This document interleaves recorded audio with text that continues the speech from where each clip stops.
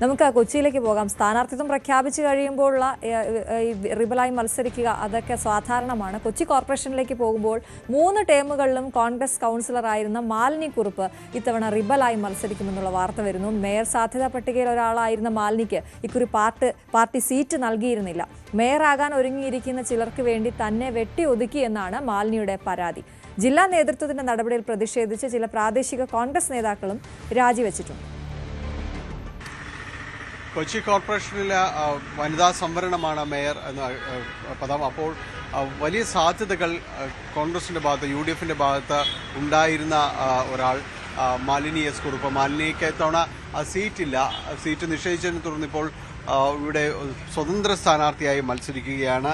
ഏതായാലും വലിയ സാധ്യതകൾ കൽപ്പിച്ചിരുന്നൊരു പേര് പെട്ടെന്ന് ഒരു ദിവസം ഇല്ലാതാവുന്നു. എന്താണ് അതിനൊരു കാരണമായിട്ട്? അത് തന്നെ എനിക്ക് മനസ്സിലാവാത്തത്. പാർട്ടി എന്ത് ഡിസ്ക്വാളിഫിക്കേഷനാണ് അവർ കണ്ടത്.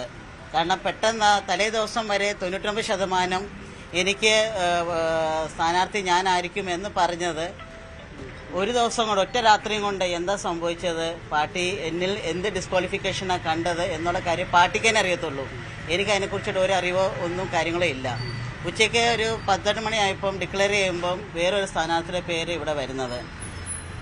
അന്നേരം പാർട്ടിയോട് പല പ്രാവശ്യം ഞാൻ ആവശ്യപ്പെട്ടു. ഞാൻ മാത്രം ഇവിടെ ജനങ്ങൾ മുഴുവനും ഒരു ജനവികാരമായിരുന്നു ഇവിടെ ജനങ്ങൾ പാർട്ടിയോട് ആവശ്യപ്പെട്ടത്. ഞാനും പറഞ്ഞായിരുന്നു, നിങ്ങളിവിടെ ഒരു സർവേ എടുക്കുക, ഒരു ജനസർവേ എടുക്കുക, എന്നാൽ നിങ്ങൾക്ക് മനസ്സിലാക്കാൻ പറ്റും എന്താണെന്നുള്ള കാര്യം. അന്നും എനിക്കുണ്ട്. കാരണം ഞാനിവിടെ 5 വർഷം മുമ്പ് ഇവിടെ മത്സരിക്കാൻ വരുമ്പോൾ ഇവിടുത്തെ, കാരണം പല വീടുകളിൽ എന്നെ വീട്ടിൽ കയറ്റുന്നില്ലായിരുന്നു വോട്ട് ചോദിക്കാൻ വേണ്ടി. കാരണം ഇവിടുത്തെ കുടിവെള്ള പ്രശ്നമായിരുന്നു.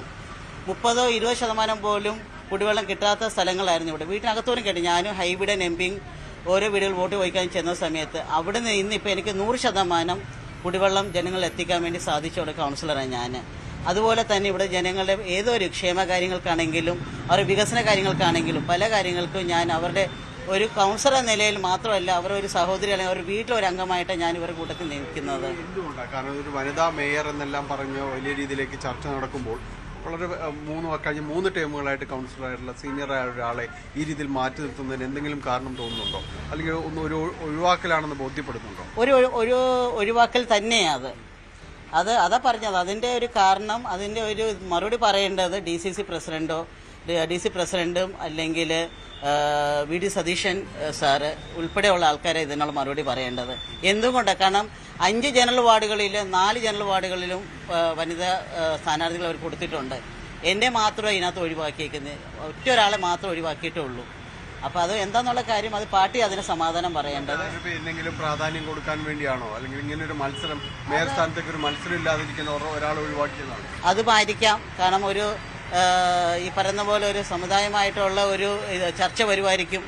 അതിൽ നിന്നായിരിക്കും എന്നെ ഒഴിവാക്കാൻ വേണ്ടിയുള്ള ഒരു മെയിൻ ഉദ്ദേശം അതായിരിക്കും പാർട്ടിയുടെ. എന്തായാലും ഞാൻ മത്സരിക്കാൻ തന്നെ തീരുമാനിച്ചിട്ടുള്ള ഒരാൾ തന്നെയാണ്. ജനങ്ങളുടെ പിന്തുണയോട് കൂടി തന്നെ ഞാൻ മുമ്പോട്ട് പോകാൻ തന്നെ തീരുമാനിച്ചിരിക്കുന്ന ഒരാളാണ്. ഇനിയിപ്പോൾ എനിക്ക് കഴിഞ്ഞ ദിവസം ഇന്നലെ മുതലാണെങ്കിൽ എനിക്ക് പല സ്ഥലത്തു നിന്ന് ഫോൺ കോൾ വരുന്നുണ്ട്. എന്നാലും ഞാൻ മുമ്പോട്ട് തന്നെ സ്വതന്ത്ര സ്ഥാനാർത്ഥി തന്നെ മുമ്പോട്ട് തന്നെ പോകാൻ തന്നെ തീരുമാനം. ഒരു പാർട്ടിയുടെയും ഒരു പിന്തുണ ഇല്ലാതെ തന്നെ സ്വതന്ത്ര സ്ഥാനാർത്ഥിയായിട്ട് തന്നെ ജനപിന്തുണയോട് കൂടി തന്നെ മുമ്പോട്ട് പോകാൻ തന്നെ. പലർക്കും ജനറൽ സീറ്റിൽ പരിഗണന കൊടുത്തിട്ടുണ്ടല്ലോ. അത് ഞാൻ നേരത്തെ പറഞ്ഞത് 5 ജനറൽ സീറ്റിൽ സ്ഥാനാർത്ഥികൾ പരിഗണിച്ചിട്ടുണ്ടായിരുന്നു. അതിൽ 4 പേർക്ക് കൊടുത്തു. എന്നെ മാത്രമേ ആ പട്ടികയിൽ നിന്ന് ഒഴിവാക്കിയിട്ടുള്ളത്. കൂടുതൽ പരിഗണനാ സീറ്റുകൾക്ക് ലഭിച്ചപ്പോൾ ജനറൽ സീറ്റുകൾ മറ്റ് സ്ത്രീകൾ കൂടുതലായിട്ട് മത്സരിക്കുമ്പോൾ തന്നെ ഒഴിവാക്കി എന്ന് പറയുന്നതിൽ ദുരൂഹതയുണ്ട്.